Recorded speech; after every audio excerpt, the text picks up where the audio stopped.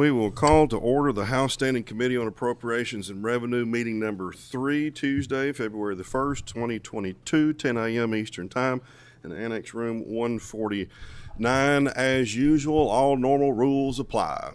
Try to find any kind of noise-making item that you have. Put it on silent or on airplane mode, preferably for the sake of our very sensitive machinery here.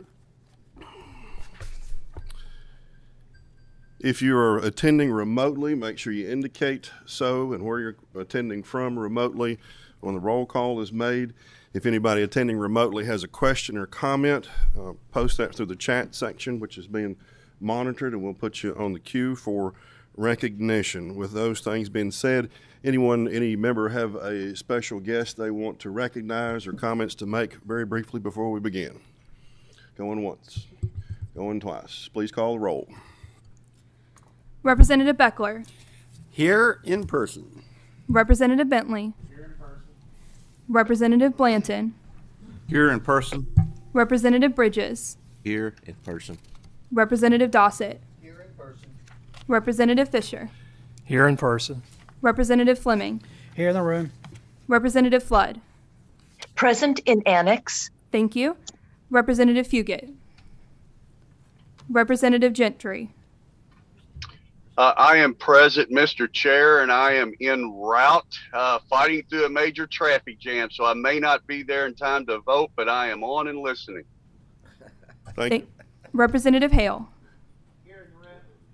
Representative Hart. Representative Hatton. Here in the room. Representative McCool. Here in the room. Representative Nemes. Representative Palumbo. Representative Prunty. Here in the room. Representative Raymond. I'm here. Representative Riley. Here in the room. Representative Santoro. Here. Representative Tipton. Present in the room. Representative Wilner. Here in the room. Representative Reed. Here in the room. Chair Petrie. President of the room. We have a quorum, and we are duly constituted to conduct business, and I believe the first business up for today is discussion of judicial branch budget requests, and we have the honor of having Chief Justice John D. Minton Jr. with us today. And if you will, are the two of you going to be presenting today, you and Ms. Dudgeon? I'm planning, thank you, Mr. Chairman. I plan to present, and I have 2 or 3 people here who can answer questions depending on how deep into the weeds the committee decides to go. Understood. You raise your right hand. You swear and affirm to tell the truth, whole truth, and nothing but the truth. Always. Thank you. If you'll introduce yourself for the record, and then please proceed. I am John Minton. I'm Chief Justice of Kentucky. Thank you, Mr. Chairman. I want to say good morning to you, Chairman Petrie, Vice Chair Reed, and members of the House A&R Committee. Good morning to you, those in the room and those not. Thank you for allowing me to join you today. You may not know this. This is sort of a bittersweet moment for me. It was 4 years ago in January of 2018 that finally I was allowed to address the full committee. I'd been asking for that opportunity for a long time, Mr. Chairman, so I really do appreciate the willingness of this committee to hear from me as opposed to just a subcommittee of this group.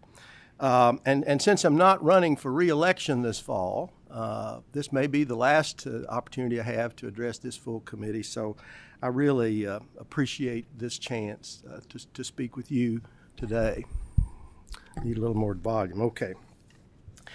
And there are many things that I'll be doing, I guess, in the incoming months. For the last time, I'm especially grateful for this opportunity to address you once again, and that's because this swan song has a familiar refrain, a very familiar theme. But it's more urgent now than ever before as I attempt to, in the most forceful way possible, make the case for salary parity for the judicial branch of the Commonwealth.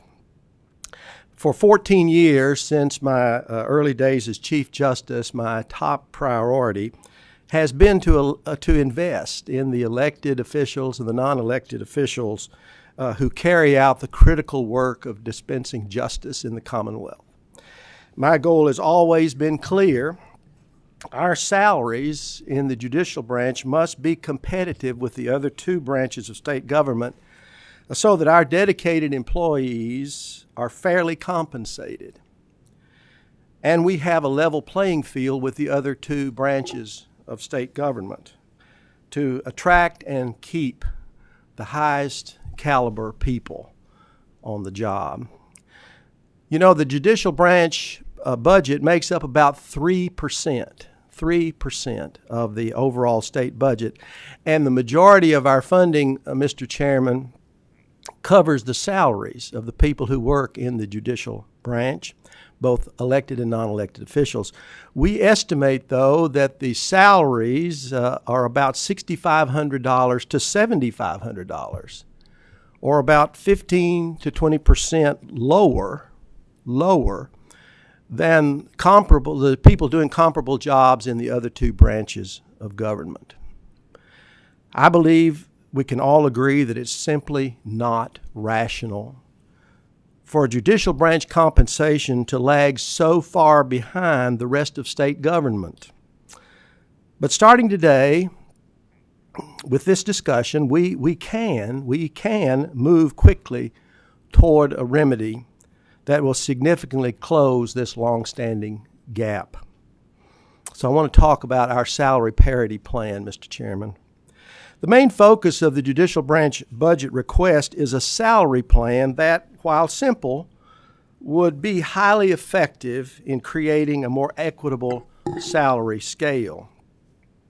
We want to provide a flat $10,000 salary increase for full-time and part-time position, and $5,000 for part-time positions. The parity plan would apply to all non-elected employees and all elected justices, judges, and circuit court clerks. You might be wondering why we're recommending a flat amount of $10,000 instead of a percentage increase, such as the 6% increase proposed by the House budget plan, or the 5% increase proposed by the governor. And we would certainly welcome a 5% or even a 6% increase, but that still won't get us where we need to be in terms of salary fairness. Without implementing our salary parity plan, we will continue to lag farther and farther behind in the judicial branch, and here's why. Nearly 82% of our employees are grades 7 through 11, with starting salaries of only $23,604 to $30,936. A 5 or 6% increase for these employees would amount to about $1,500 a year, which we all know doesn't even keep pace with the rate of inflation, much less improve the quality of life or provide an incentive to keep on working for the courts.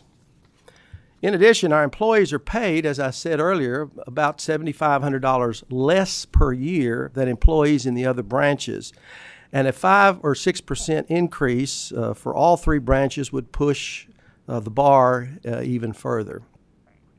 Unless we significantly increase or bump up our entire salary scale, we will always be chasing the higher salaries being offered by the executive branch and the legislative branch. Even worse, Mr. Chairman, 54% of our employees are Tier 3, which is the hybrid cash balance retirement plan, which provides a significantly reduced benefit compared to employees in Tiers 1 and 2 of the state pension plan. We can no longer count on employees, as they have historically done, to accept maybe lesser pay to get a state job in return for a richer pension. It just doesn't exist anymore. It's gone. We're struggling to retain qualified candidates for our non-elected positions because of the low pay. And our turnover rate, Mr. Chairman, is alarming. We're seeing turnover of about 40% 40% annually, 40% annually in our urban areas and critical frontline positions such as pretrial services specialists statewide. Mr. Chairman, we've lost over 1/3 of our workforce, about 1,000 employees in the last 4 years. That means 1/3 of our employees have less than 4 years of experience in the court system. The ability to hire is especially dire in our statewide programs. Our pretrial services, our specialty courts, which would be drug courts, veterans treatment courts, things like that, and our family and juvenile services, which operate, Mr. Chairman, as you all know, in all 120 counties of the Commonwealth, all across the state. I believe that you will be shocked as I am at these examples. For several of these positions, we have no applicants. Nobody is applying for these jobs. And some who do apply don't show up for the interview, or once offered the job, they refuse the offer.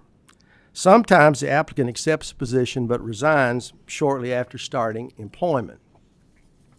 Our specialty courts, that would be the drug court, the veterans treatment courts, mental health courts, currently, now listen to this, they currently have no staff. We have no staff for these programs in Bullitt County, in Boyle County, in Carroll, Grant, Mercer, and Owen County. No staff. In Jefferson County, 6 of the 9 positions are vacant. 6 of the 9 positions are vacant. Staff from other areas of the state are providing coverage, which of course can lead to, they're spread thin, and it leads to burnout and overextended employees. We're losing specialty court staff to other employers with better salaries, such as treatment providers who can pay as much as $10,000 more to work for them, do the same sort of job. Our court-designated workers process the complaints, as you all know, filed against children under age 18 for any action. Before any action can be taken in court proceedings. The CDW program has recurring vacancies in Bullitt, Davis, Hardin, Jefferson, and Kenton counties, and currently there are no court-designated workers in Bullitt County. Staff from other counties have to cover these vacancies, which further stresses the existing employees. Pretrial services is having an especially difficult time.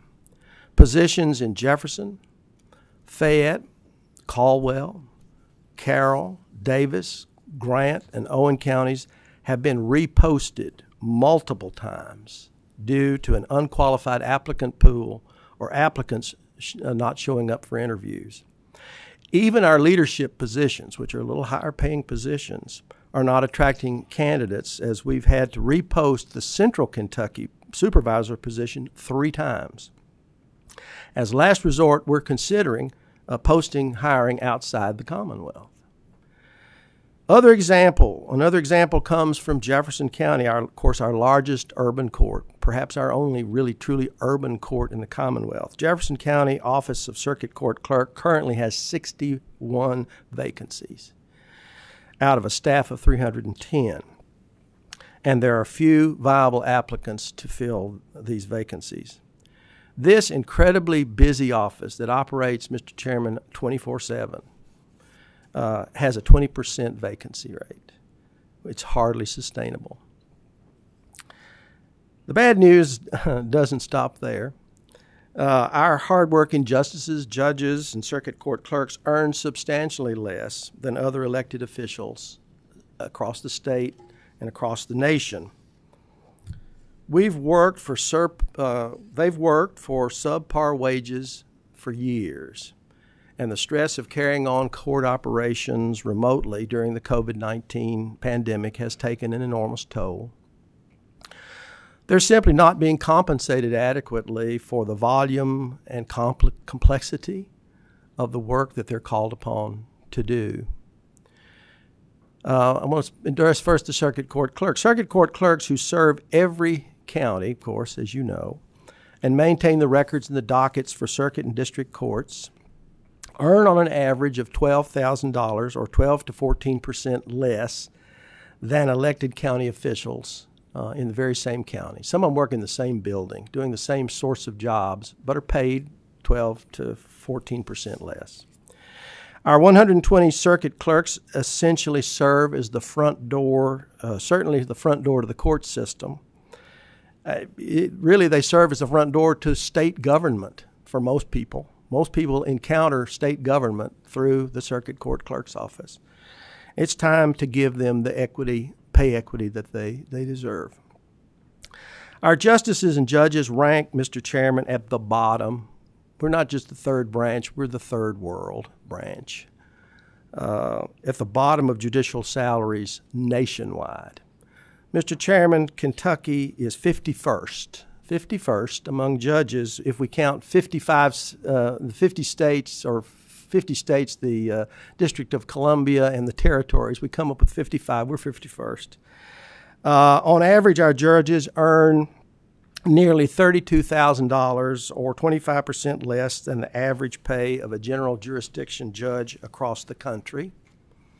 Over the past 12 years, our judges have received, and we're grateful for this, only a 7% overall increase through small sporadic raises. We had a 1% raise in FY 2010. We had a 1% raise in FY 2011. We had a 2.5% raise in FY 2019 and 2.5% in 2020. Keep in mind that these increases remain meager in spite of a decade of strong economic growth since the Great Recession, in spite of judges being asked to rapidly adopt new court technology, sophisticated new court technology, such as e-filing, and in spite of judges having to turn on a dime to administer justice by Zoom when COVID hit Kentucky in March of 2020. The call to the bench is also being weakened by reduced pension plan. Judges who've come on board since January of 2014 are receiving dramatically reduced benefits by being in the Tier 3 case hybrid retirement plan instead of Tiers 1 and 2 pension plans.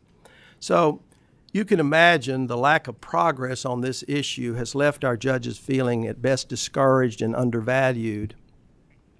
It also provides little incentive, unfortunately, Mr. Chairman, for the best and brightest lawyers in the Commonwealth to leave a successful law practice or even to leave some of the elected offices, the Commonwealth's attorneys who earn more than the judges do, to leave that behind and go to the bench.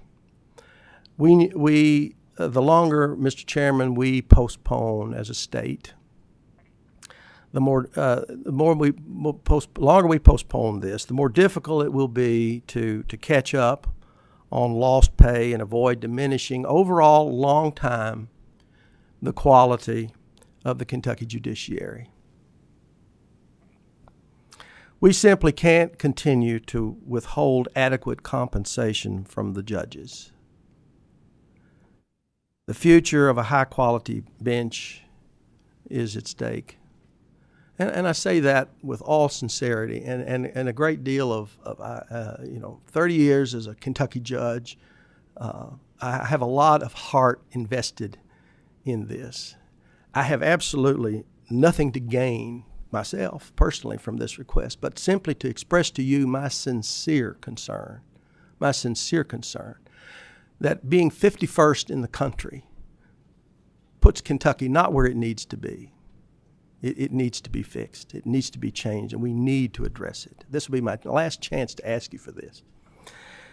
I hope this picture I painted will convey to the whole General Assembly the untenable position that we find ourselves in as the third branch of government when it comes to sustaining the entire workforce in the judicial branch. I'm going to shift gears here and talk about capital projects. I'd like to take a brief look at another budget request, which are for several capital projects. You all know the Graves County Courthouse, of course, in Mayfield was destroyed by a tornado in December. And we are requesting funds in our budget request to provide temporary space and to obviously construct a new judicial center in Mayfield.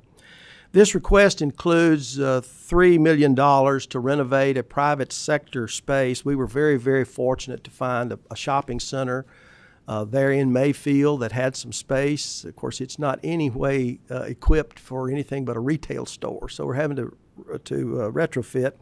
We need $3 million to do that.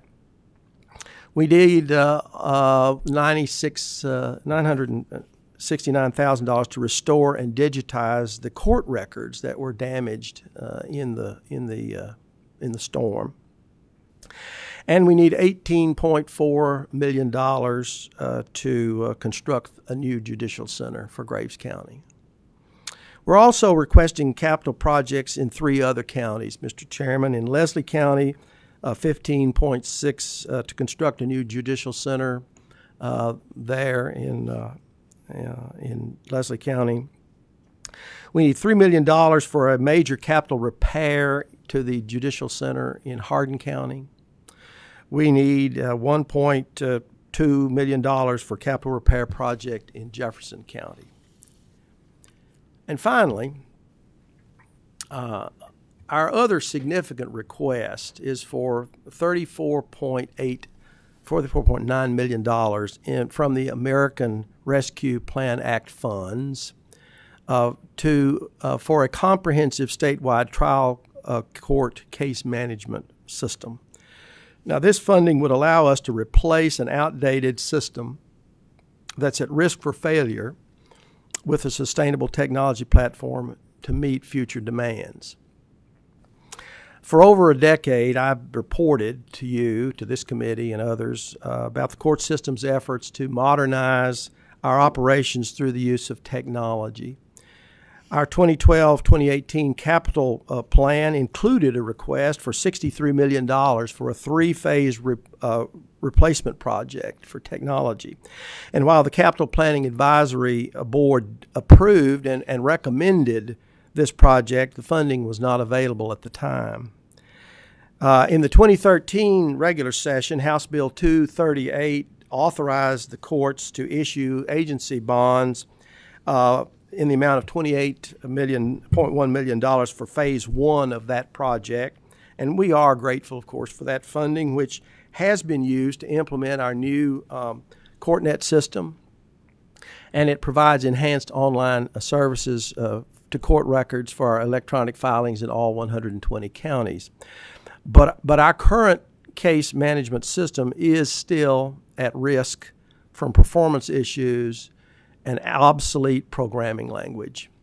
By implementing a fully integrated case management solution from a single vendor, the court system could be in a position or would be in a position to sustain long-term application maintenance and avoid the cycle of technical and functional obsolescence that just happens with technology over and over and over.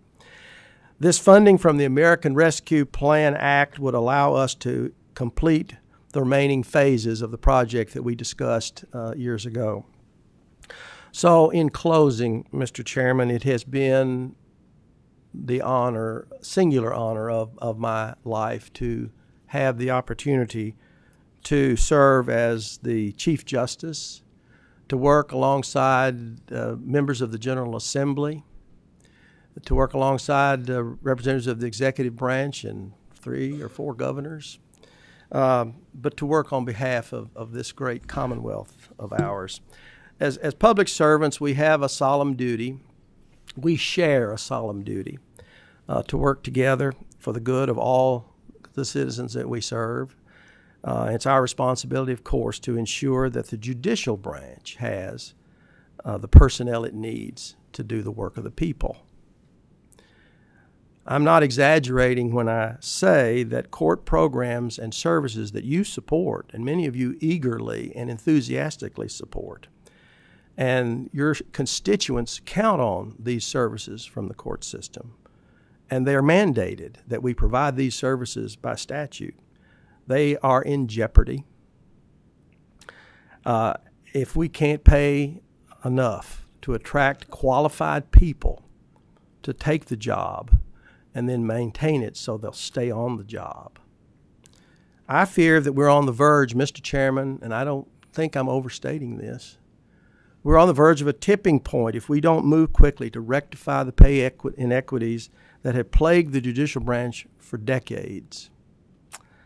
We've been discussing pay parity for years, and frankly, we're running out of time. It's, as they say, time for less talk about it and some action here. And so I'm calling on the members of the General Assembly to use your considerable influence and your vote to support full funding for the judicial branch salary parity plan.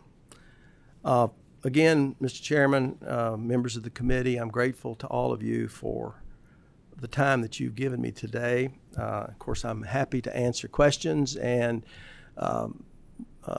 Director Dudgeon is here, Director Givens is here to answer questions, and Budget Director Carroll is behind me, who knows all that we don't know, and we'll call on her if you all have some specific questions to ask. But thank you, Mr. Chairman. Thank you very much. Really quickly, no particular order of priority. This is just what I see on the page with notes.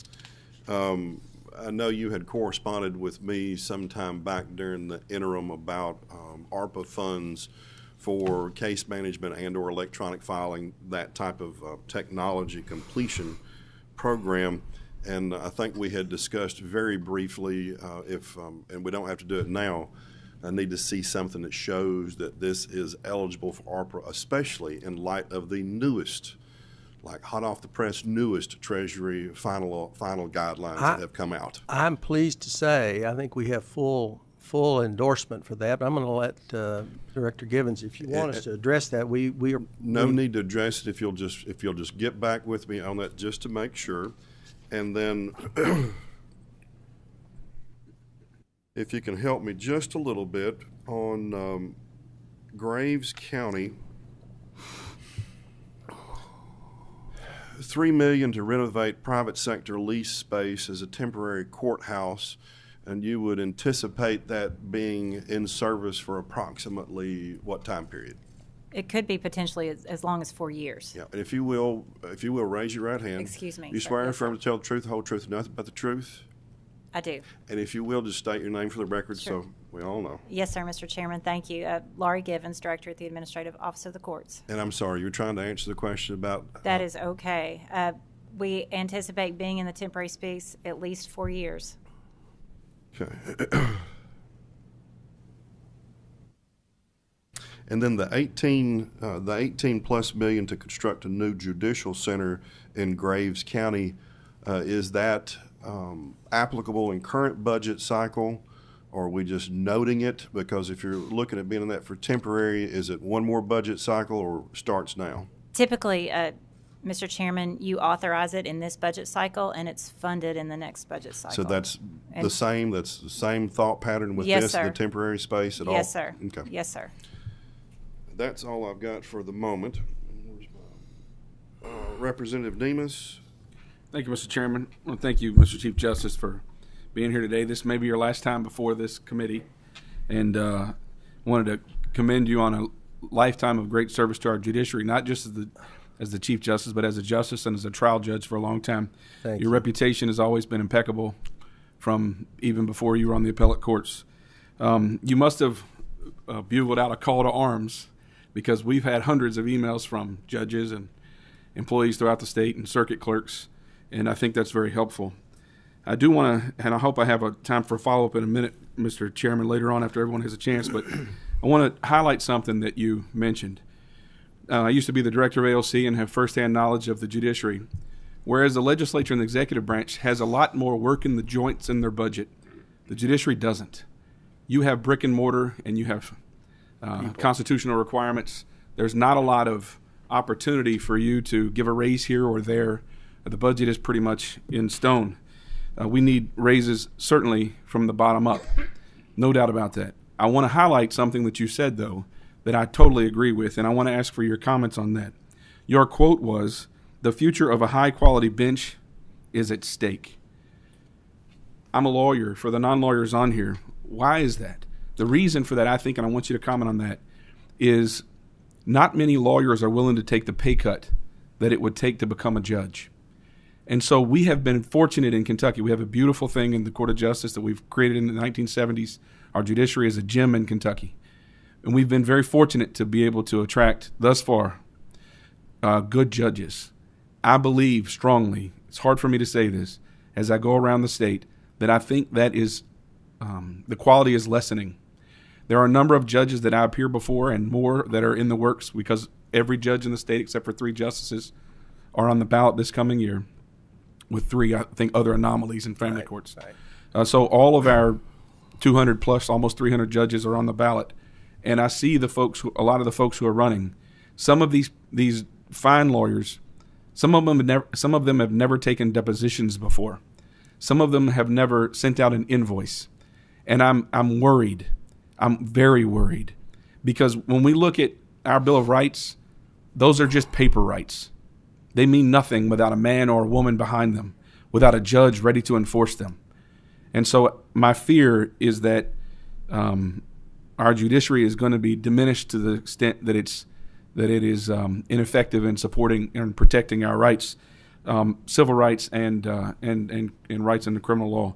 So I'd like to highlight that. You mentioned it, but I want you to highlight that because in your presentation, that to me is the most stark comment that you've made. Well, I appreciate. I'm glad it caught your attention. I can't say in strong enough terms how concerned I am personally about the very point that you're making, and that is for the long term. You know, it takes a lot. First of all, a big decision for a lawyer to make to decide that she or he is going to enter the political arena, to give up. You know, that's the first hurdle. You start assessing whether it's worth it or not. If you've got children to raise, all those sorts of obligations to do, a certain lifestyle that you'd like to establish for your family. It's just increasingly, it's impossible almost at the current level. To ask I always celebrate. I have the opportunity as the Chief Justice to participate in the nominating commissions all across the Commonwealth, where we interview people who are interested in the job. If there's someone coming out of a law practice who is willing to make the financial sacrifice to do this public service, it's a celebration in my mind for that to happen. It happens far, far less frequently than it used to happen. We now have places where people are running for judge because they're going to get a raise. We don't need always the quality, the caliber of people who need this job. The job needs quality people. I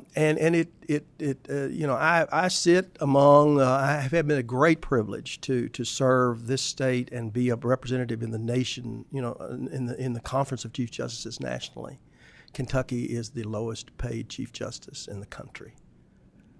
And we have one of the hardest jobs, as you know, with the unified court system in running this. So it's not for me that I'm asking for this, but it is as a Kentuckian who is concerned about maintaining the quality that we wanted for ourselves when we adopted the judicial article. We wanted a better system. Well, if we want a better system, we've got to maintain it, and we're not maintaining it. We are not feeding the system adequately to attract the quality women and men to the bench and retain them there. I'm very, very concerned about that.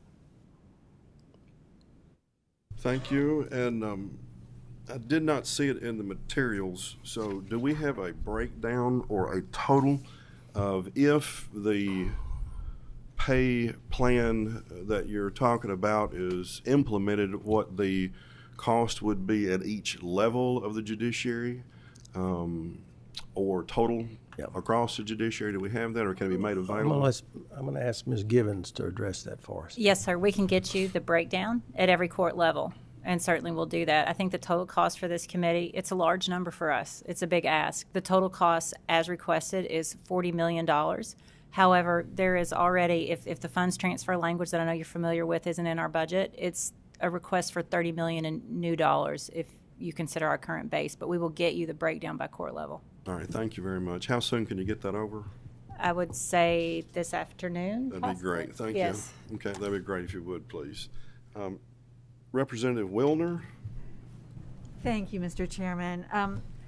Thank you, Chief Justice, for your incredible service to the people of Kentucky. Really appreciate you and appreciate your work. Appreciate your testimony today. You've painted a really dire picture, and I think we're all paying very close attention. Unlike Representative Nemes, who spoke, my life and work is not in the court system. I'm not an attorney. And so this is a really basic question, but I wonder, you focused on, actually I want to back up and say I support this proposal entirely. Absolutely, we need good judges. But for someone who operates outside the court system, could you highlight just a few examples of how this impacts ordinary folks, not judges, not attorneys, but people who need the court system? And if you could just illuminate that for me a little bit, that would be great. Of course, to me, the overarching responsibility of all of state government is that justice is provided to the people of the Commonwealth statewide. And so it's critical that in every county seat in this Commonwealth, there needs to be, in my estimation, the most qualified available woman or man who sits in that position. The position, we judges are given the opportunity, we're given great deference. We're referred to as Your Honor. But those are so we've always held in positions of high esteem, that office. And so the person who holds that office, who inhabits that robe, needs to be the type of person, both intellectually, morally, capable of being the type of leader that we need. And frankly, some of the most qualified people shy away from this in the first instance because it's a you have to run for office to do that, and a lot of people just don't have the stomach for that. But assuming they do, if they take a look at what the pay is going to be once you get there, especially now that it used to be when I joined the bench, the thing was, well, you're taking a little less money now, but look at the pension, you're going to be able to have if you survive that. Well, that no longer is there. You've got to put aside enough money in your savings account to retire on with this. So it's just a matter of economic reality that we've got to be able to make the position commensurate with the level of importance that we place it in. And what I look at around the country, and I don't consider myself a 51st class citizen if you do this nationwide, and I don't think any of us does. Nobody on this committee thinks Kentucky ought to be 51st in anything. Well, we are in how we compensate our trial judges, and I think we have to look at that. We have to fix that. Thank you. Could I follow up? Please. Thank you for that and for clarifying why it's important to have the best people in the judiciary. Nobody would argue with that. I was really wondering if you could talk about people who are served by the court system and how they're failed, what the kinds of problems they encounter when we have these staff vacancies, when we don't have the best people in these positions. Mm-hmm. What are some specific examples of how ordinary Kentuckians are affected? Well, I've made this analogy in the past. We sort of view ourselves as the emergency room of state government. People who are in trouble come to us, and we take them regardless of, we just have to take them all, and we do. And they have the ability to, we have to have the staff with our specialty courts programs with people, addicted people suffering from addiction, which is a huge scourge across the Commonwealth. We need to be investing more in the more things we can do with the issues of around mental health and substance use disorders, all of those things that are really plaguing every family in the Commonwealth. We need to be able to address those, and we just simply don't have the staff. We cannot find people who are willing to do this job, and it's so important. Thank you. I'm going to follow up on that for just a minute and segue into another topic a little bit, but not too far, hopefully. I would encourage everyone to, in looking at budgetary concerns regarding the judicial branch and what was just being talked about as far as constituent services and who may fall between cracks and not receive what they need, I think that judicial branch is a little bit different because it is an emergency room. The things that the judiciary deals with are controversies. We want those things to be settled. We want those to be settled efficiently so that we have a forum for people that have disagreements to come into and respond to and interact civilly rather than with incivility, physical violence and everything else. Guiding principle for me when I look at this and anything else in the judiciary, including how many judges we have and where those judges are located, is service to constituents. So I know you and others in the branch are very familiar with workload studies of where we need to add on judgeships for different types of courts and where, quite frankly, the workload is not sufficient to warrant continuing with the number of judges that may be in another. Right. So when we look at raises or pay issues, you're looking at quality of candidates to deliver services, but we also have to look at the number that we have and where they're located to maximize the taxpayer money at use to make sure ultimately that those services to our constituents are done effectively and efficiently. Partially agree? I agree wholeheartedly with that, Mr. Well, Chairman. I'll take better than a partial. That's great. Well, I mean, I'm addressing the fact that the current pay scale is woefully inadequate. But I also understand that looking statewide at the need, we need to. The judge would become is now and would still be and would become the most expensive tool, if you will, in the toolbox. Yeah. And viewed that way, we need to be making effective use of that by putting those judges where they are most needed to provide the service across the Commonwealth. So, yes, sir, I agree. Very good. Thank you. And then we have Representative Tipton. You have a question or comment? Thank you, Mr. Chairman. A brief comment and a question. First, Mr. Chief Justice, I want to echo my colleagues and thank you for your service on behalf of the citizens of the Commonwealth of Kentucky. It's greatly appreciated. Thank you, sir. In your comments, you made one statement, and I want to add to that. You stated that the employees in the judicial branch need to have wages and compensation on par with the executive and legislative branch. I think we have to take that a step further. All branches of government, our employees, we need to have wages that are competitive with the private sector so we can ensure that we have quality employees to meet the services of our citizens. I do have one question.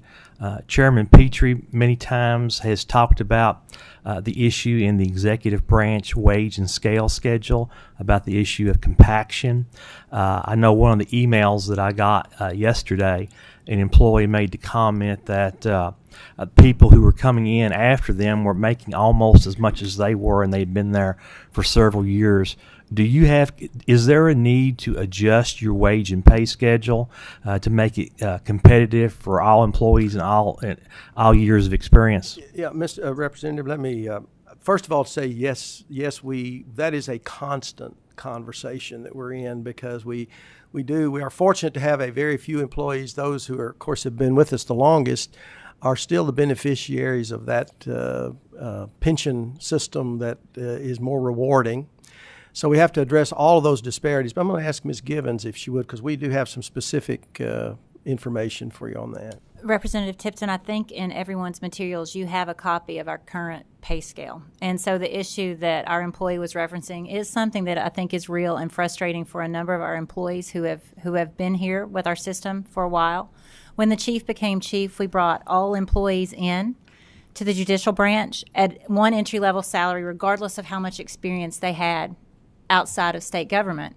And we realized pretty quickly with the changes in the pension benefit in 2014 that we had to begin to change our salary scale and pay for experience that may exist outside.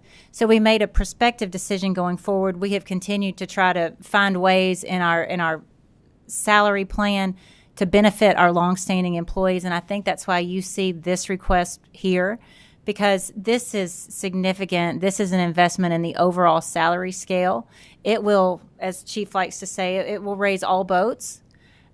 Our current employees will likely get the amount that the General Assembly determines that they should be appropriated, and then we will adjust our salary scale accordingly, but it may not be the full amount that you appropriate. I don't know if that makes sense, but happy to talk through examples. But I think there's some good tools here for you also, and I think to really understand the difference, some of the newer employees that are coming in, when they're in Tier 3, if you look at the bottom, we've got also in your materials, I'm sorry, we probably sent you more information and data than you wanted or needed, but there's a chart on the bottom that shows the difference in value of the retirement benefit for our Tier 1 and Tier 2 employees compared to what is now half of our workforce that's in Tier 3. So we have a compensation commission that makes recommendations to the Supreme Court on these pay practices, and this is something that has been debated and that we've tried to keep adjusting to try to reward our long-term employees and then also at the same time recruit. But it's a difficult balance to do both. That's a lot more than you ask for, and I'm sorry. Mr. Chair, just a brief follow-up comment. Please. I appreciate your comments, particularly about the pension system. However, if the legislature had not passed Senate Bill 2, when they did, and we had changed the system in 2014, the cost of our pension systems today would be so great, we wouldn't even be having this conversation. Please don't misunderstand me. We completely agree with that and recognize that. And at the time, I think the conversation among the General Assembly was kind of knew this day was coming, right? That at some point we would have to make a significant investment in salaries. And I think it's here. But no, we appreciate the work that you did. And we've certainly seen it in our budget and what our KRS contribution has reduced to. So thank you. Representative Beckler. Thank you, Mr. Chairman. Mr. Chief Justice, thank you for your testimony today and for your service to the Commonwealth over the years. All of us appreciate it.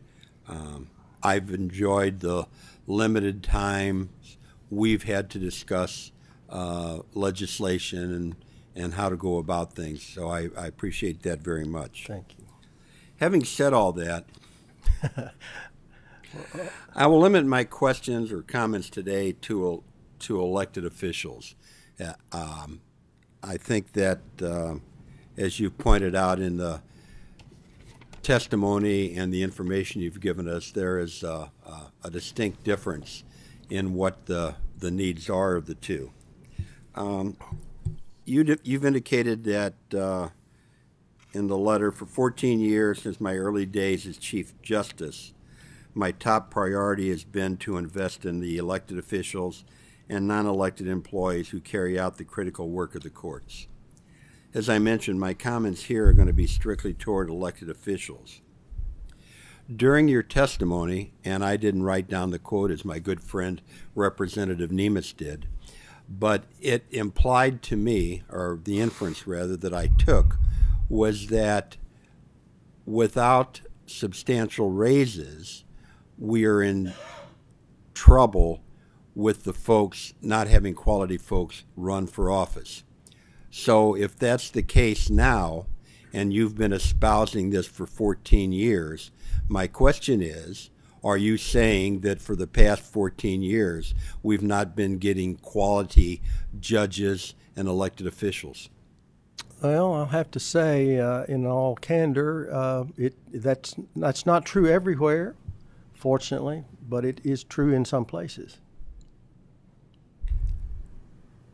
I ask that because I see no lack of people running for elected offices. To the contrary, I see contested elections for both the primaries and the generals. And that seems to me to kind of say that the folks who are running are not all that concerned about the salaries. Well, many of those folks who are running are actually looking for that salary because it would be a raise for them. And that's, Representative Becker, that's not the type of individual necessarily that we're looking for. If he can't or she can't make a living practicing law, then I really would be reluctant And I don't know how many there are, but you're right.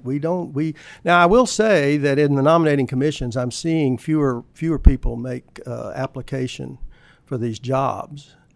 But what I'm talking about are the quality of the people who are making those applications. This is kind of a smart aleck comment, but that being the case, should we not limit the number of attorneys that we have? No need to answer. That was just smart aleck comment, sir. In the material you provided, you broke down for circuit court clerks, you broke down the salaries, the average salaries, based on county population. Right. It seems to me that is not unreasonable, that smaller counties should pay less than larger counties. Seems to track with the income differences between smaller and larger counties. Could you comment on that? Do you think that all circuit court clerks should make approximately the same salary, or whether a distribution such as this is reasonable? Well, we've been following the population differential for several years in setting the compensation for circuit clerks, and it has to do really with the administrative responsibility. So I agree that we have found that to be an appropriate way to do it, because of just the administrative responsibilities that come with the office. So that's a system that we have followed, and I would anticipate that we would want to continue to follow. Okay. Thank you. I'm considering what you've presented. I'm just not completely sold yet as it goes toward elected officials.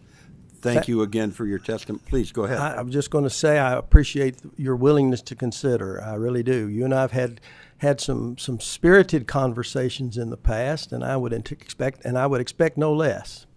So I welcome any question, though. If you want to contact me about any of this discussion, I'm happy to do that. Thank you, Mr. Chief Justice. Thank you, Mr. Chairman. Thank Representative Hatton. Thank you, Mr. Chair. Don't know what I did to deserve to follow Representative Beckler.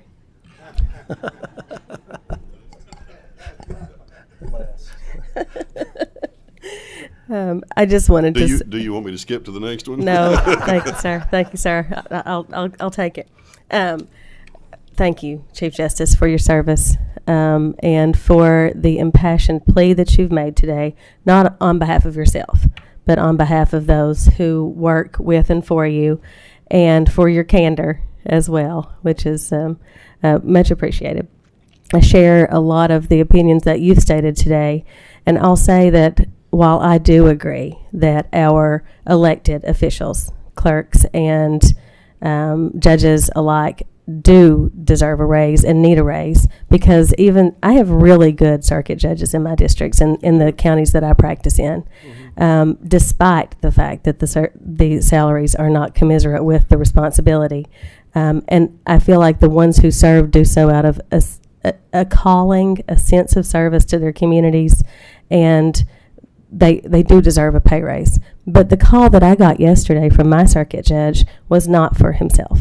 It was for the clerks. It was for the judges' secretaries, those who work in the courthouse. And I practice regularly in Harlan, Pike, Knott, Perry, and Letcher, of course.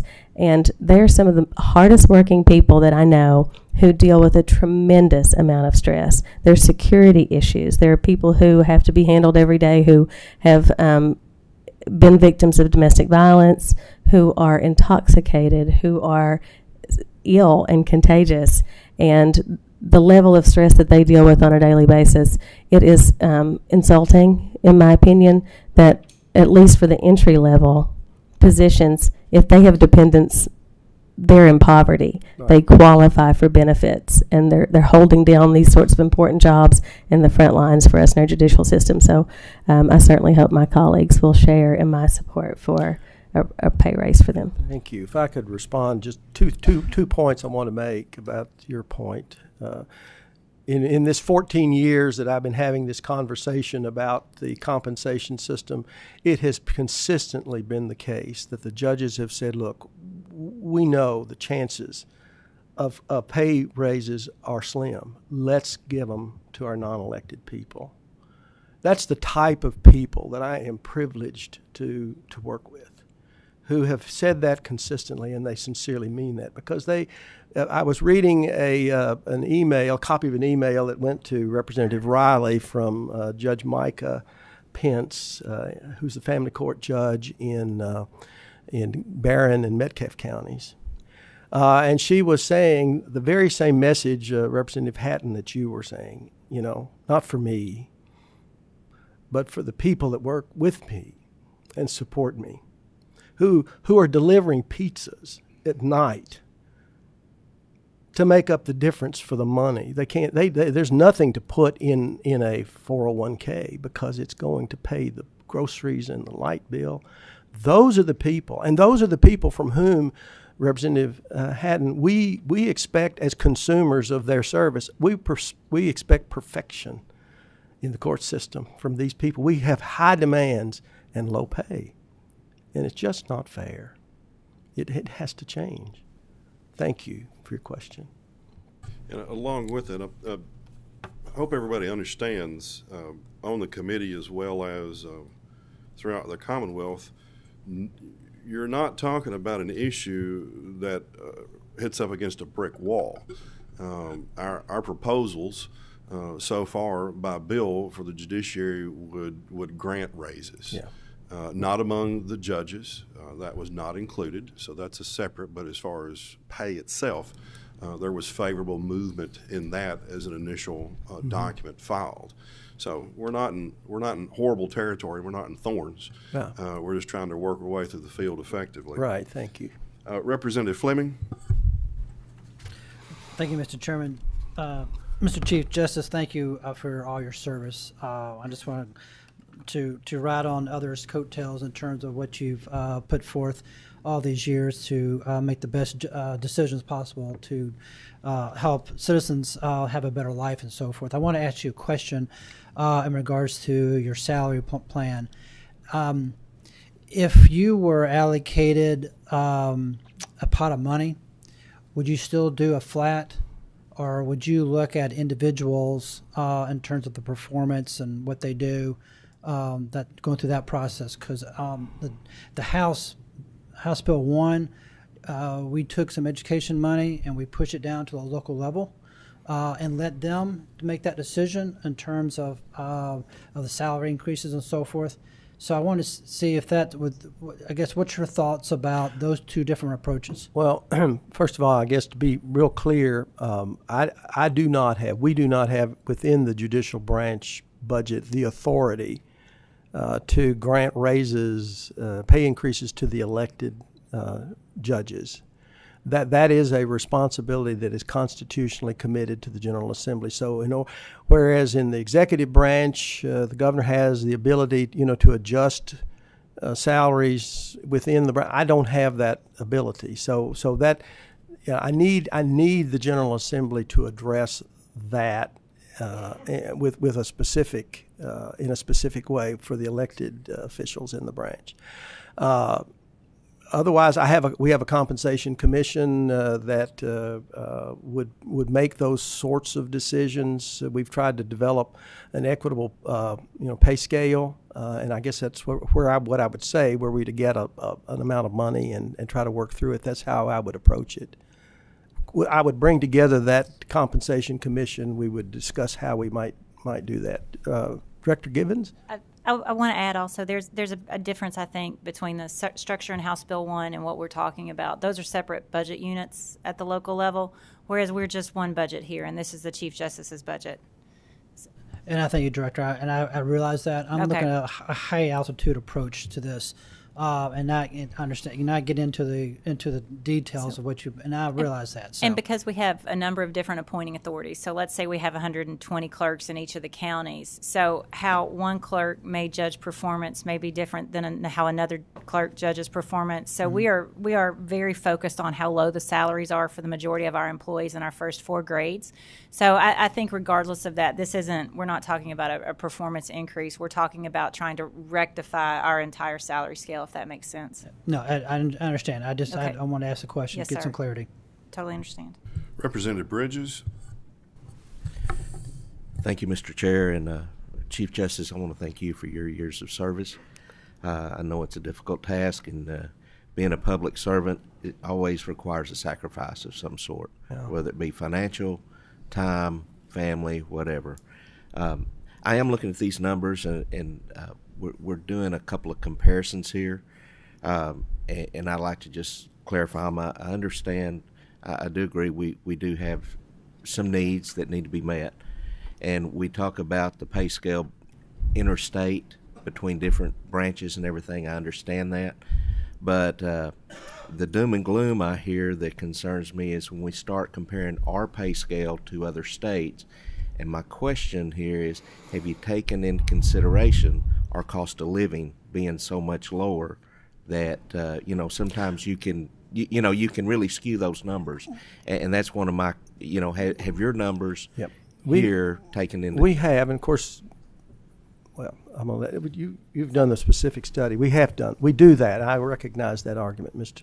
Representative Bridges. And the way the National Center for State Courts ranks us, they will rank us in flat dollar amounts, and then they will also do a ranking by cost of living by state. I'm going to be really interested to see what happens to Kentucky in this next cost of living report, honestly. We have typically hovered anywhere between 38 and 36 in cost of living.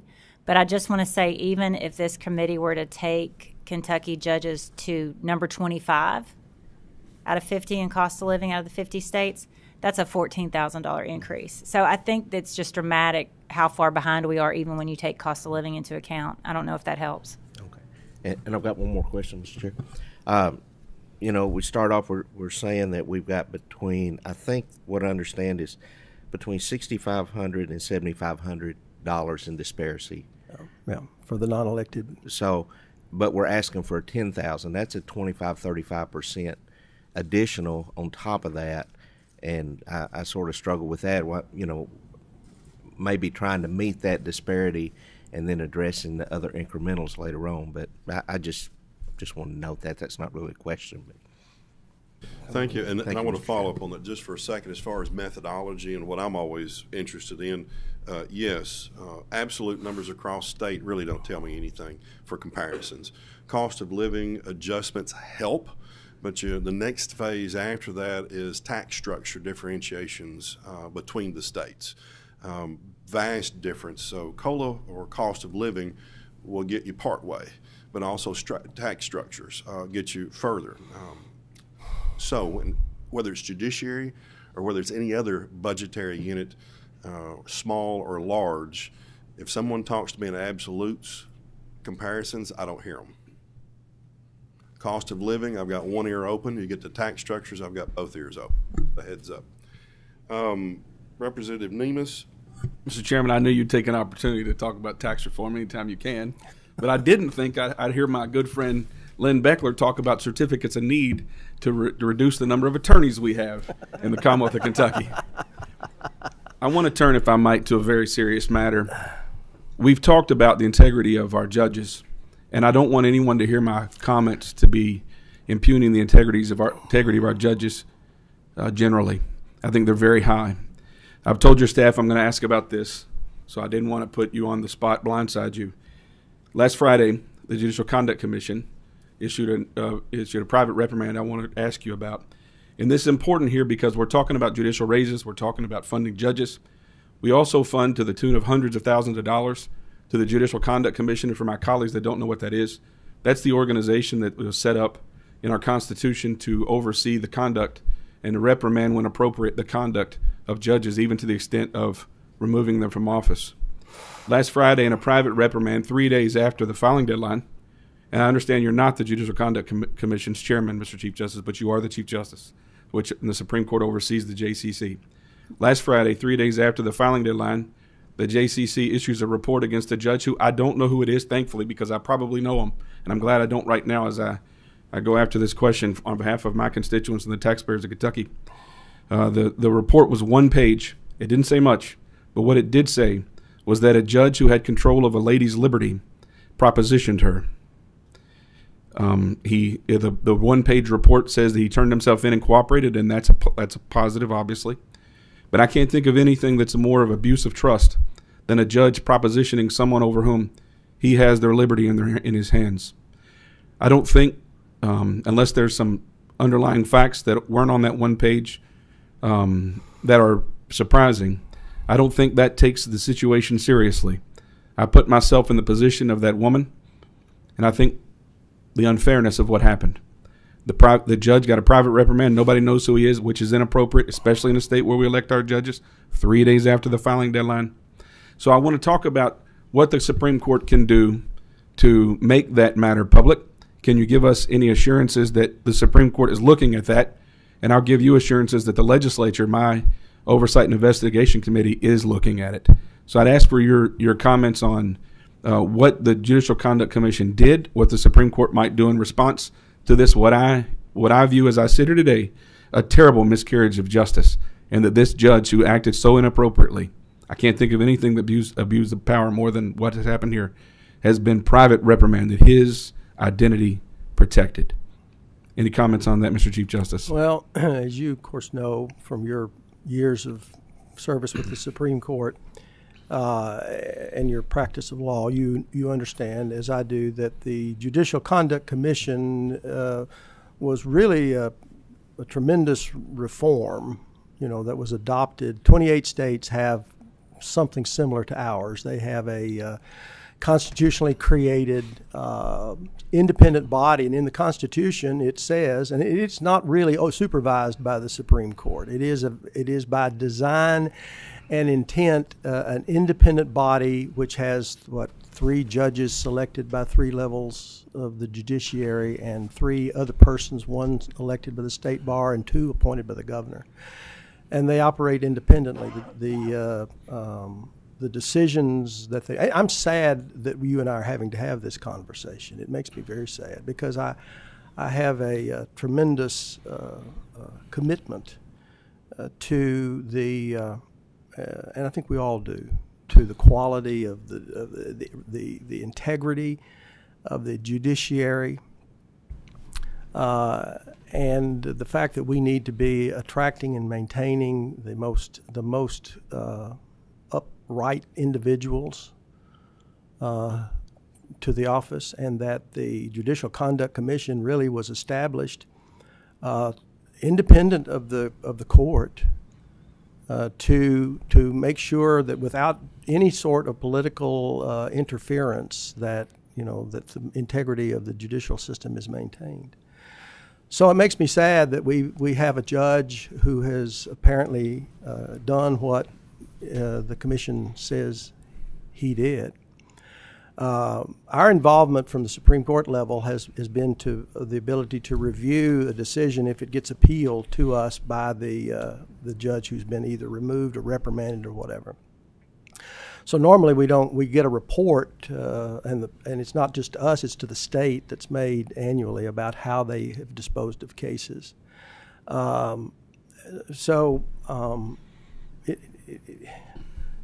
regret the whole incident and the fact that we're having to have this conversation. I also regret it because I don't know everybody who's a member of the commission. I don't really know the lay members, the non-lawyer members. I do know the 3 judges, and I do know the former president of the bar that chairs the committee. And I know they're people of great ability, legally experienced. They're experienced judges. You know all of them. Like I have from time to time made judicial decisions in my official capacity that have been criticized. So, I'm sad about that too.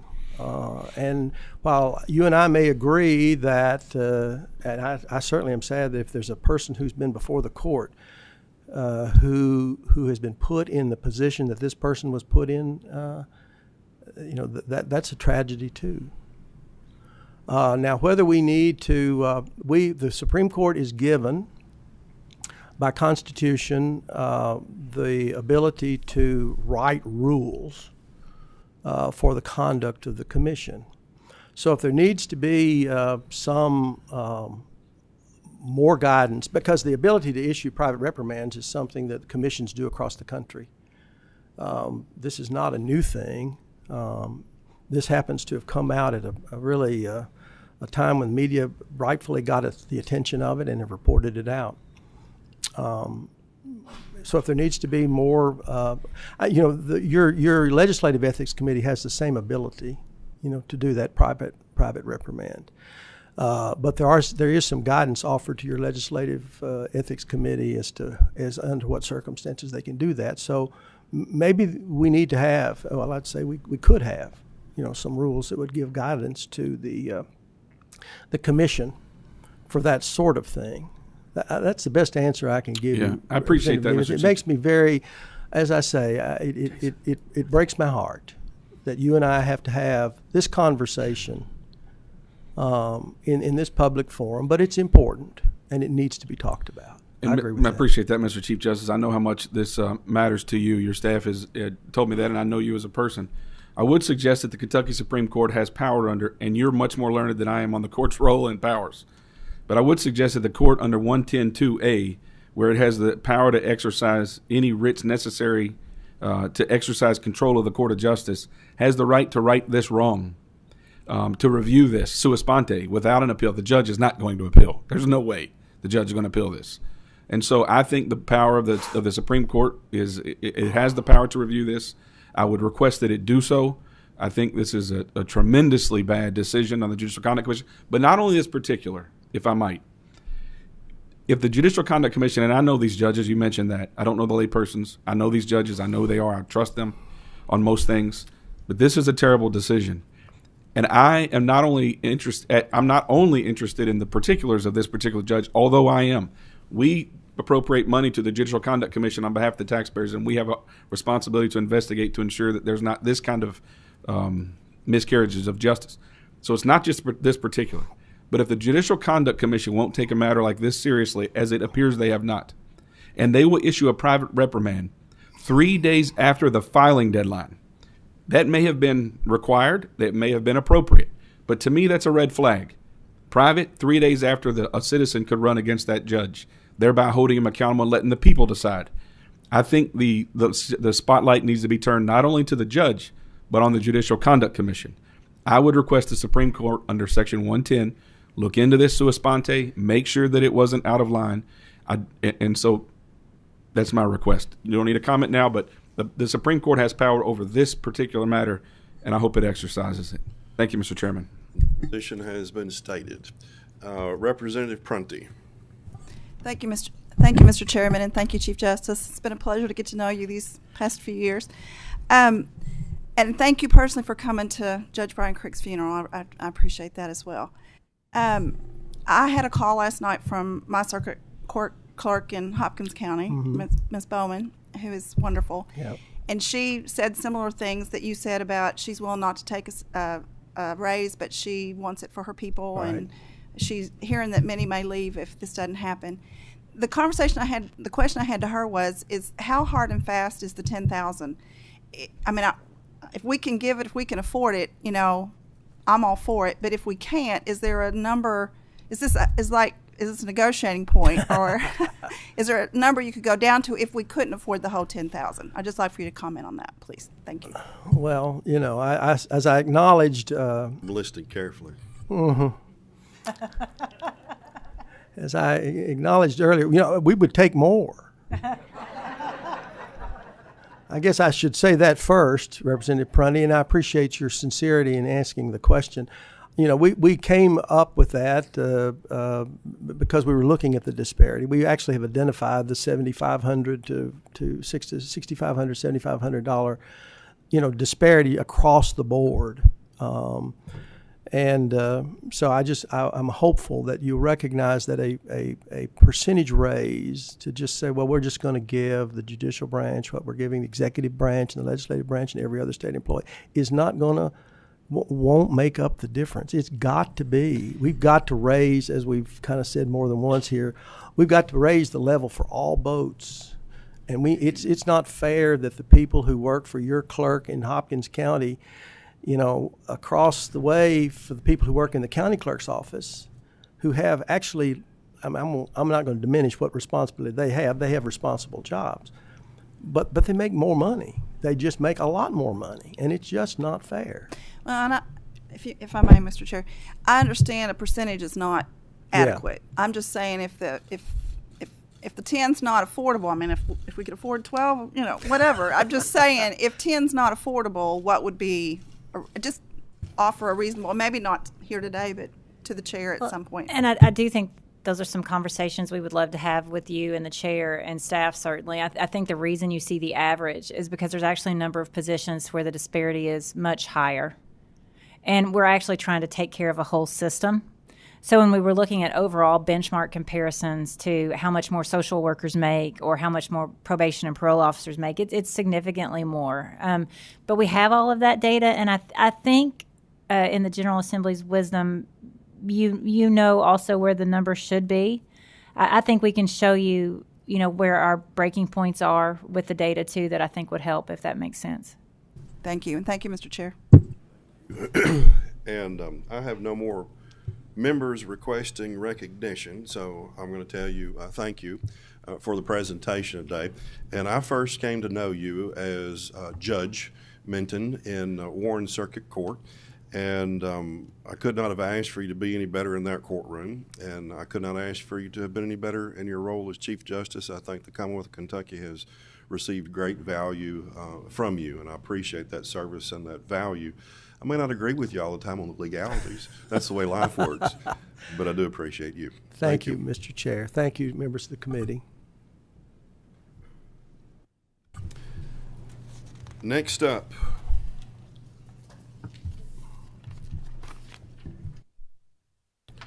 we have for consideration bills, House Bill 226, Representative Tipton.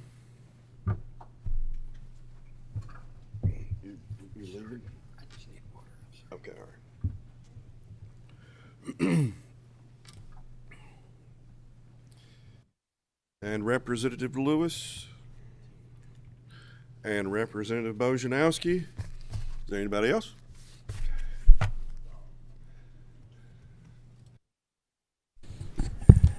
And if each of you will introduce yourselves for the record, and then I'll administer the oath, please. Representative James Tipton, House District 53.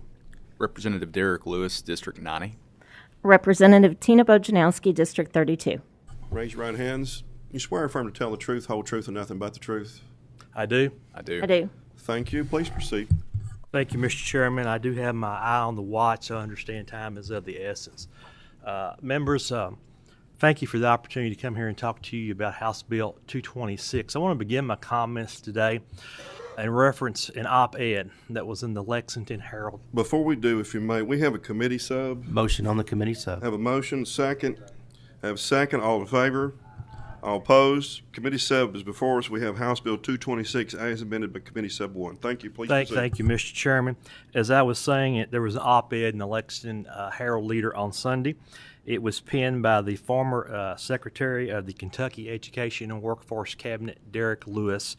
And I just want to, and he's talking about the Read to Succeed Act. And this is the Read to Succeed Act. He was referencing Senate Bill 9, House Bill 226 as the companion bill. And here's one statement he made. I have found one clear truth. Early literacy is the foundation for learning in life. And one more comment that Secretary Ramsey made in this piece. We must ensure that every Kentucky student can read at the highest level by the end of third grade. Students must learn to read from kindergarten through third grade so that they will be able to read to learn in school and throughout the course of their lives. Members, this is why I've been working on this issue since the 2019 session. It's critical that students, before they enter fourth grade, are reading proficiently so they can succeed in life. Let me talk about the three main components of this legislation. First, we address the issue of students attending our post-secondary universities. We address the issue of identifying areas that they need to understand and direct our post-secondary institutions to do that. Secondly, we focus on professional development. This legislation will bring about professional development. We often hear the term the science of reading, the 5 essential components of reading: phonetic awareness, phonics, fluency, comprehension, and there's vocabulary. There's another one there. It focuses on that, providing professional development. It also will establish coaching models to go out and help early education teachers in their teaching and early literacy. As you might imagine, we're in the Appropriations and Revenue Committee. It takes funds to accomplish this. I will let you know, and I thank Chairman Petrie. He knows I was persistent on this. But in House Committee Substitute 1 to House Bill 1, there is funding for this program as requested by the Kentucky Department of Education, and $11 million in each of the years of the biennium budget. I've also been told by the KDE they are preparing to put $10 million of ARPA funds into this. It's so essential to that. The committee sub, I'm going to address one component on the committee sub on page 6. There's one reference in two references where it says, talks about the local board. We changed that to the superintendent. Also, House Bill 93 that was sponsored by Representative Derek Lewis was incorporated in the sub into this legislation at this time, Mr. Chair. I'll let Representative Lewis share what was in his bill. Please proceed. Thank you, Chairman. Thank you, Vice Chair. Thank you, members of the committee. I'll be brief.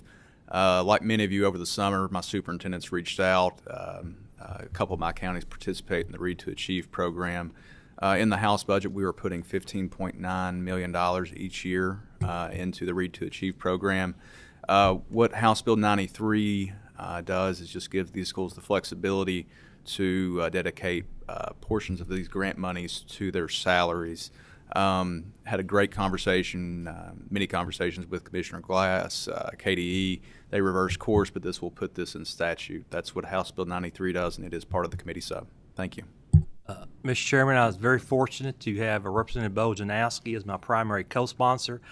She's come on board in the last year. She's been a great help. And at this time, I'd like her to make some comments as an actual classroom teacher about this legislation. Please proceed.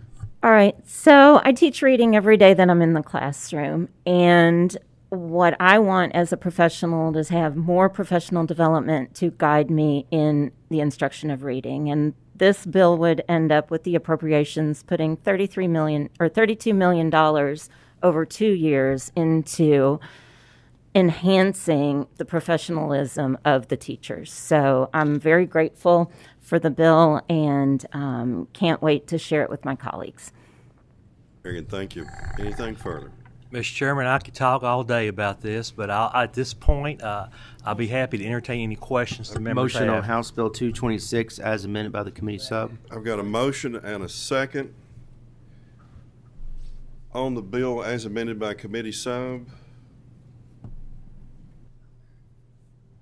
Representative Wilner. Thank you, Mr. Chairman. A couple of questions. Ask them one at a time.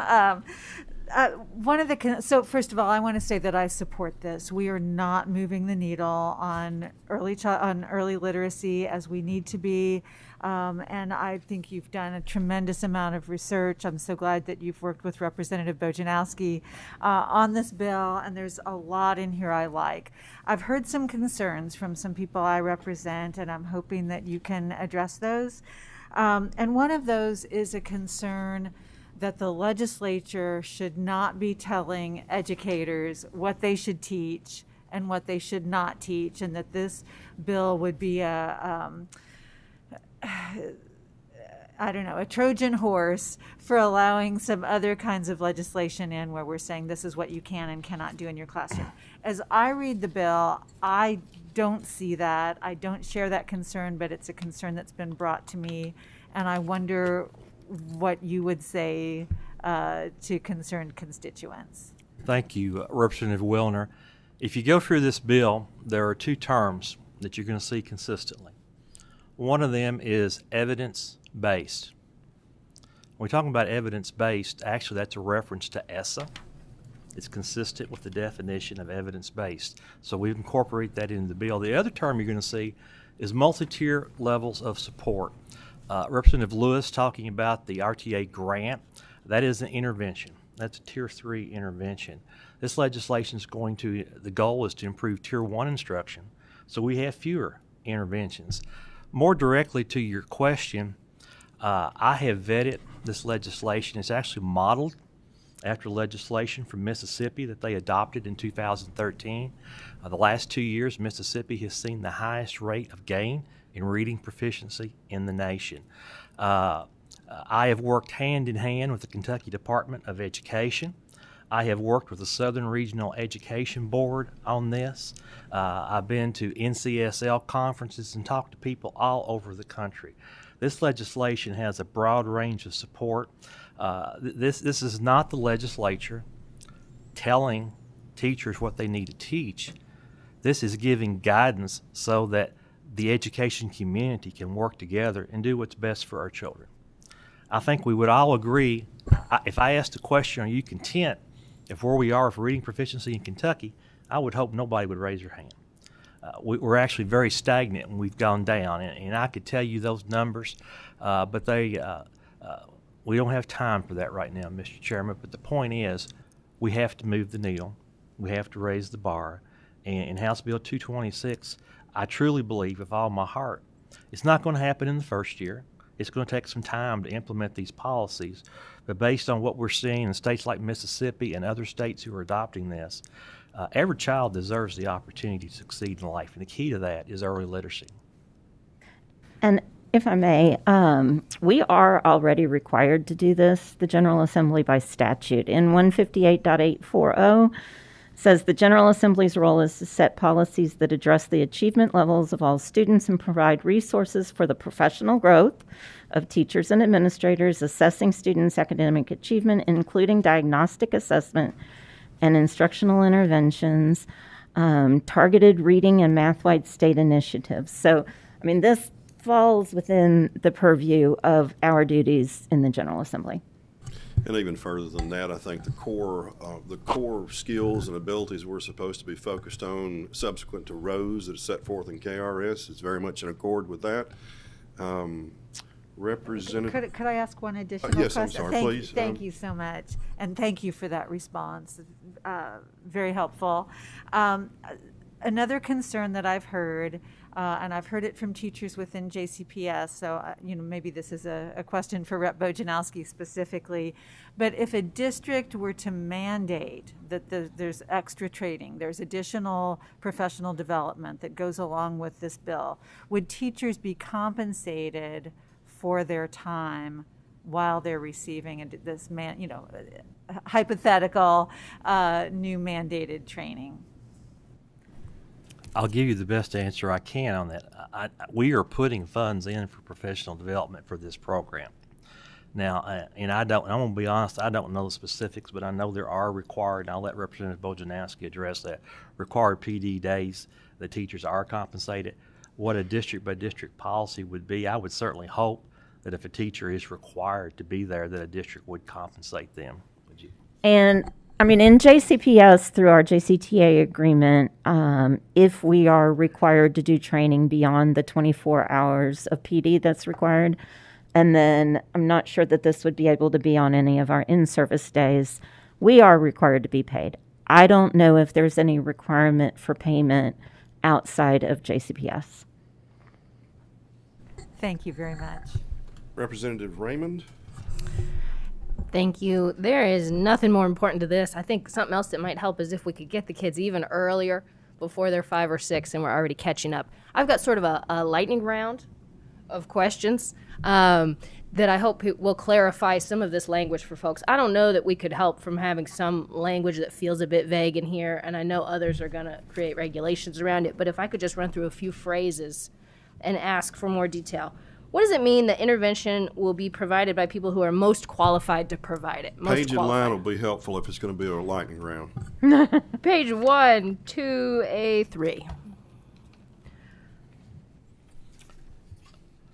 Representative Raymond, when you're sick, are you going to go see a doctor or are you going to go see a lawyer?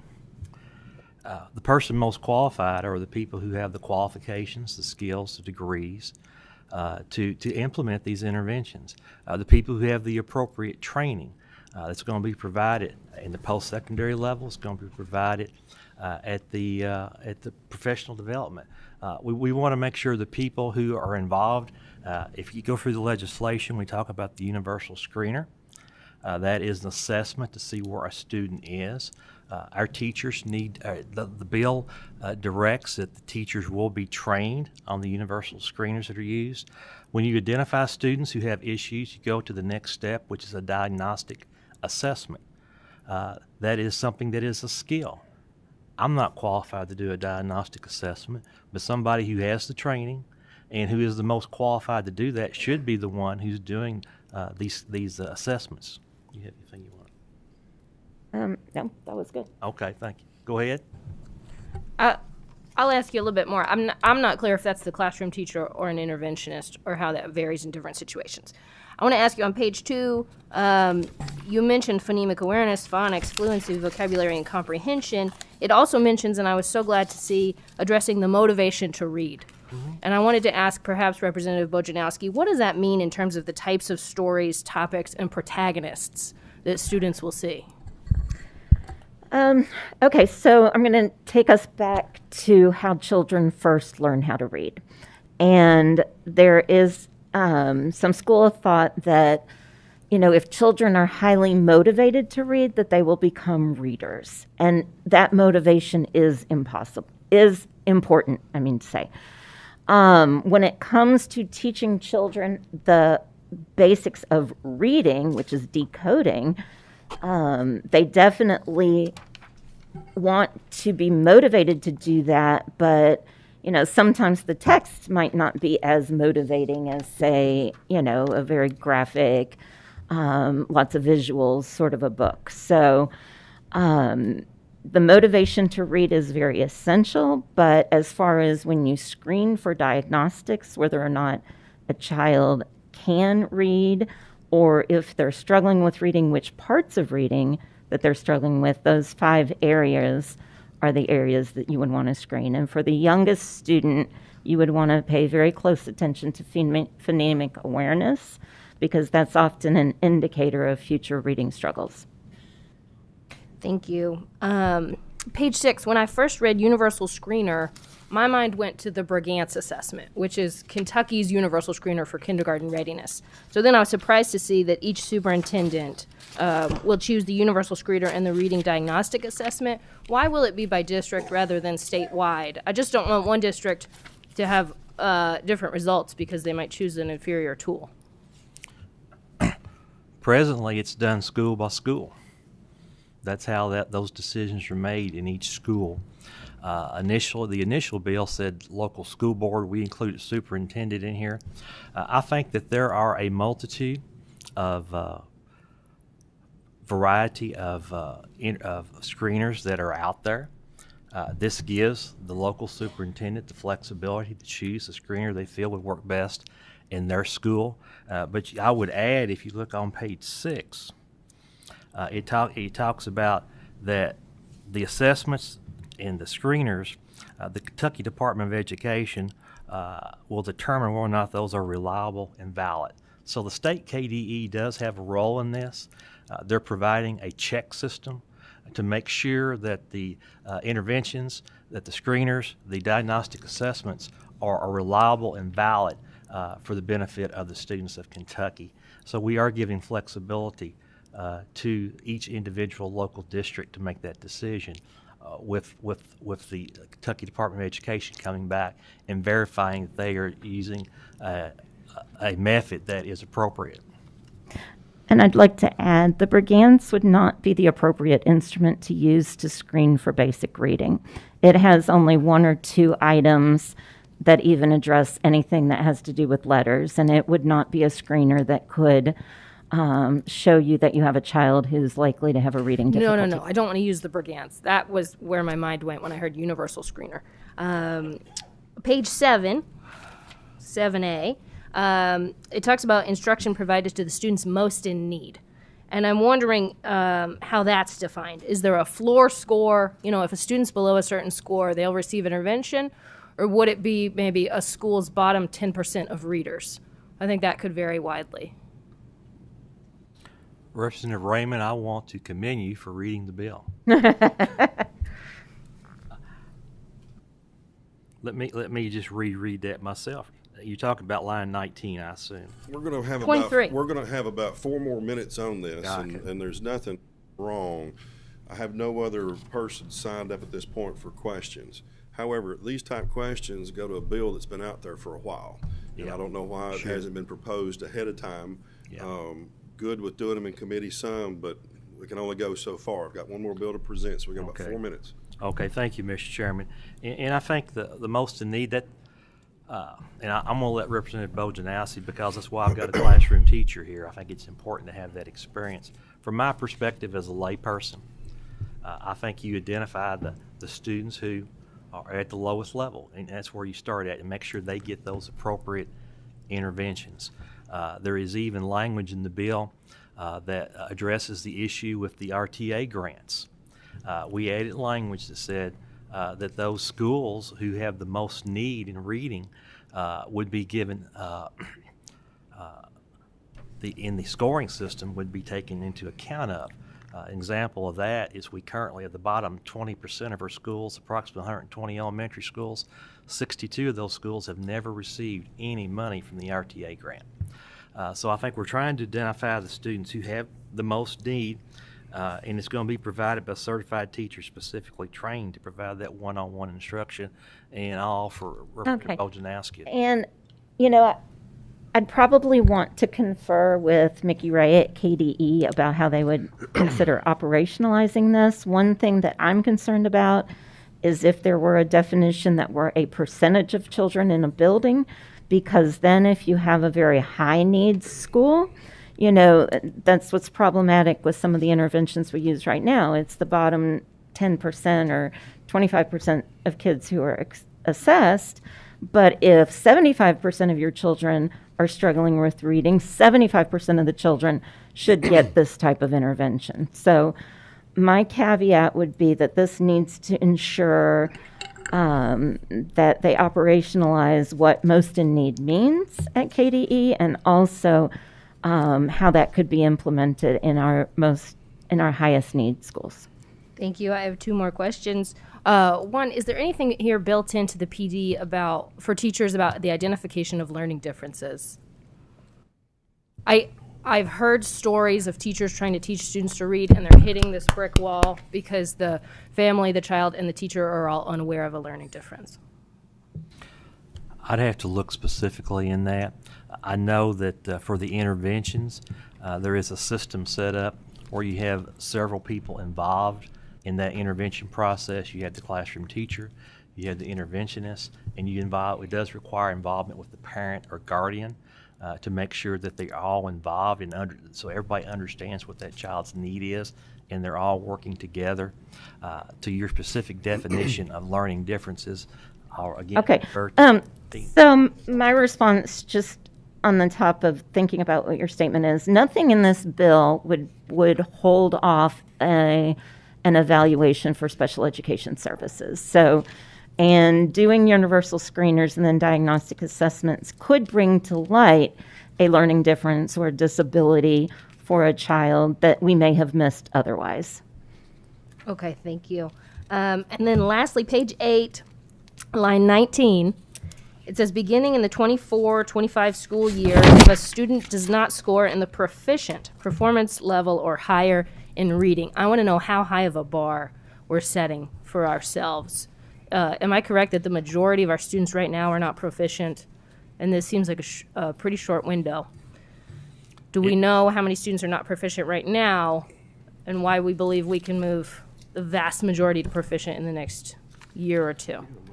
And while he's looking for that, how I read this is if a student is not proficient, we need to do something. And we need to ensure that interventions are in place to support this child. Now, I did ask, as we went through the bill, does this mean flat out anyone who doesn't score proficient or distinguished has to go into a certain intervention?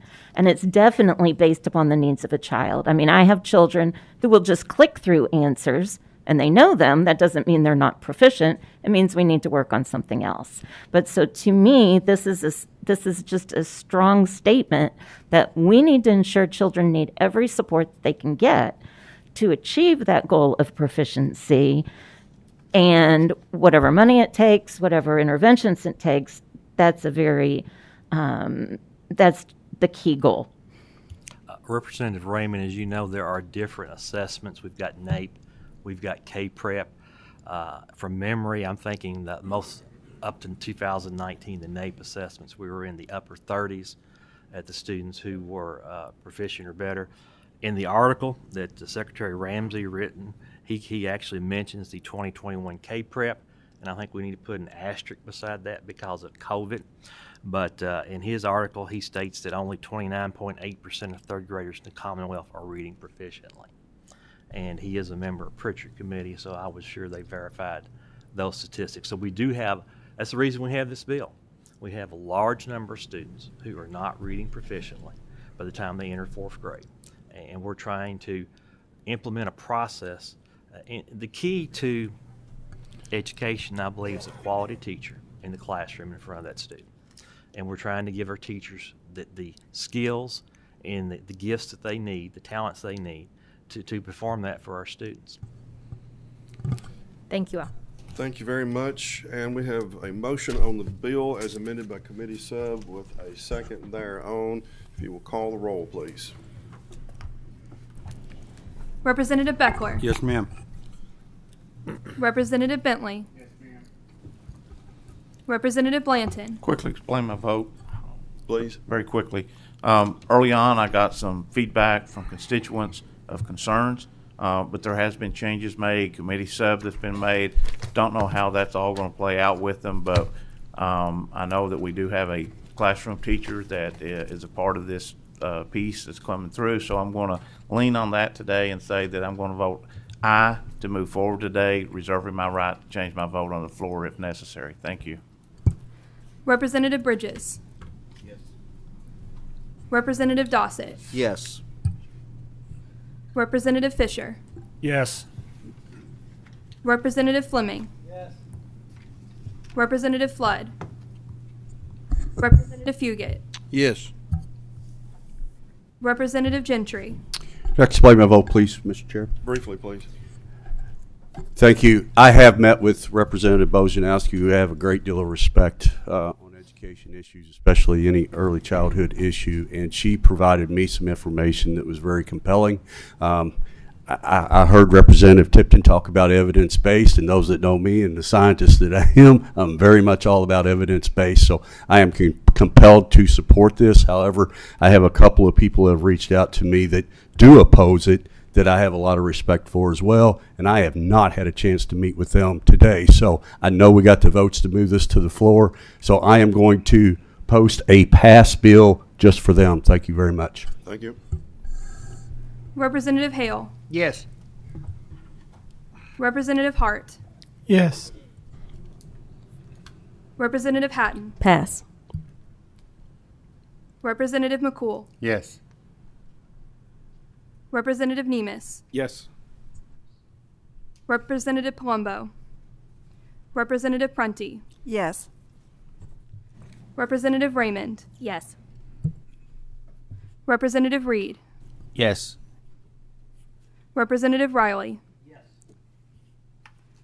Representative Santoro. Yes. Representative Tipton. Yes.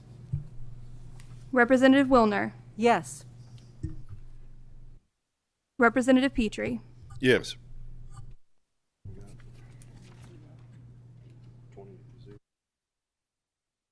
Thank you. House Bill 26 as amended by committee sub. Don't we? Don't we?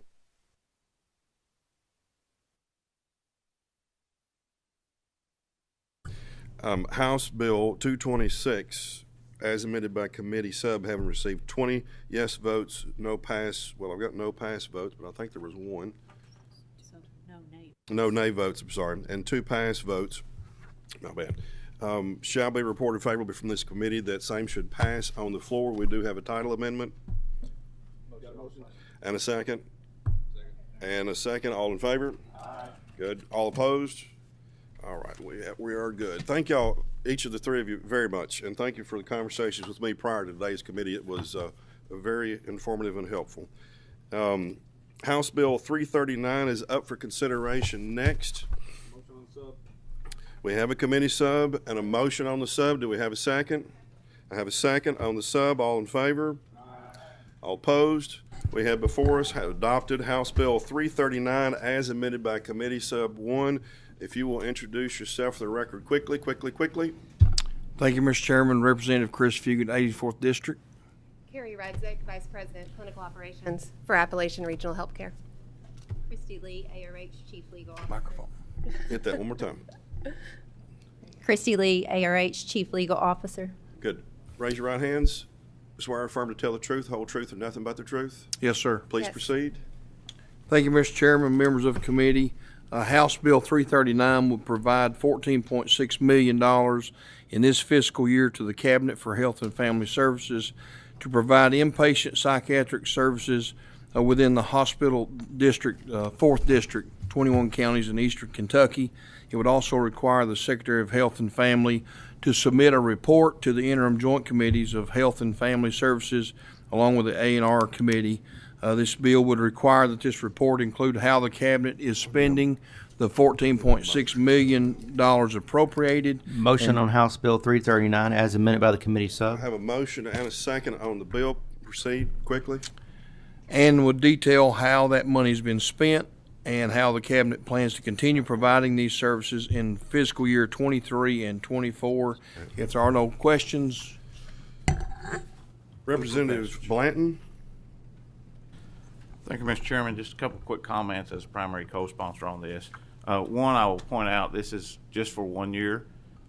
We need 2 years, quite frankly, so that the patients in Eastern Kentucky can continue to receive the standard of care they deserve. And hopefully by passing this bill in this committee, then the full House, we're going to send a message to the Senate.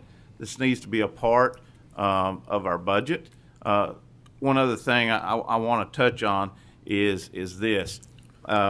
There are 4 facilities in the state that does psychiatric care, one in Lexington, one in Louisville, and one in Hopkinsville. Those are all ran by the state. The state has contracted back in the 90s with ARH with a set amount, and the state has failed to provide them the funding that was agreed upon so that they can provide quality care for our psychiatric patients in Eastern Kentucky, and they're wanting to make even further changes. These patients deserve the care that's entitled to them, the same as they do in the Lexington, Louisville, and Hopkinsville centers, and it is incumbent on us to ensure that we provide the funding that ARH needs to provide the care for our people in Eastern Kentucky. This is not a fault of ARH. This is a fault that they've not been given the funding that they were promised in the contract by the Cabinet. And with that, I'm proud to support this piece, and I hope we make this a part of the 2-year budget in total and continue to do so beyond this budget. Thank you, Mr. And by the way, thank you, Mr. Chairman, for signing on as a co-sponsor of this piece of legislation. Representative Hatton. Thank you, Mr. Chair. Briefly, wanted to welcome my friend, Christy Lee.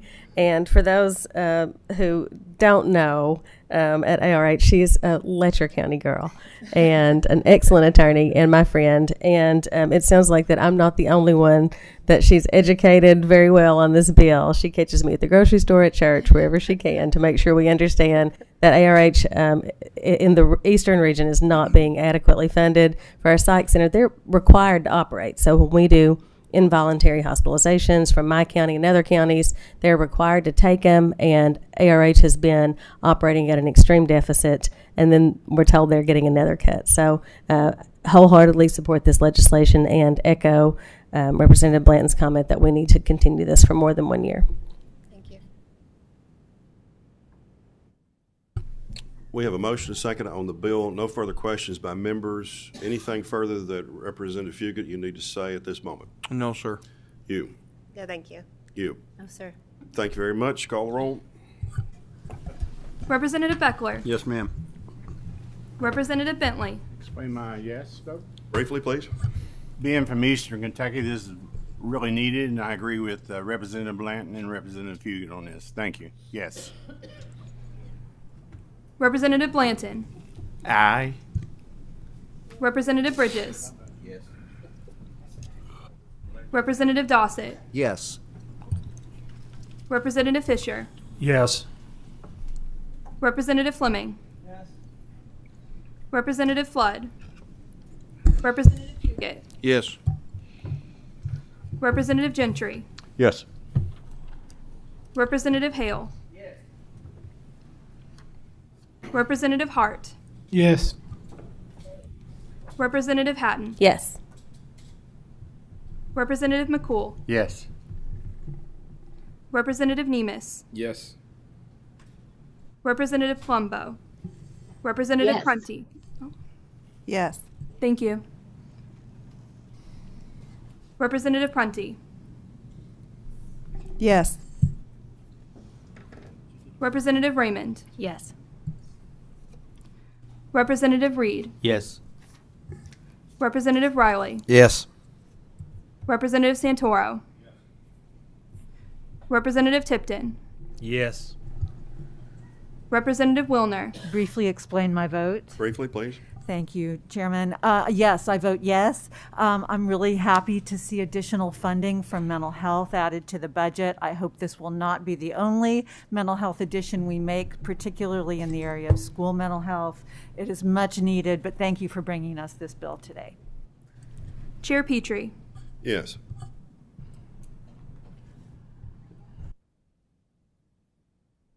All right. House Bill 339 is submitted by Committee Sub 1, having received 23 yes votes, 0 nay votes, and 0 passes. Will be reported with favorable expression that same should pass on the floor.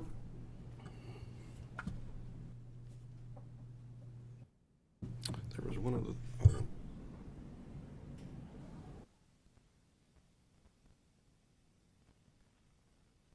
all right. Anything else from any other member? Thank y'all very much. We are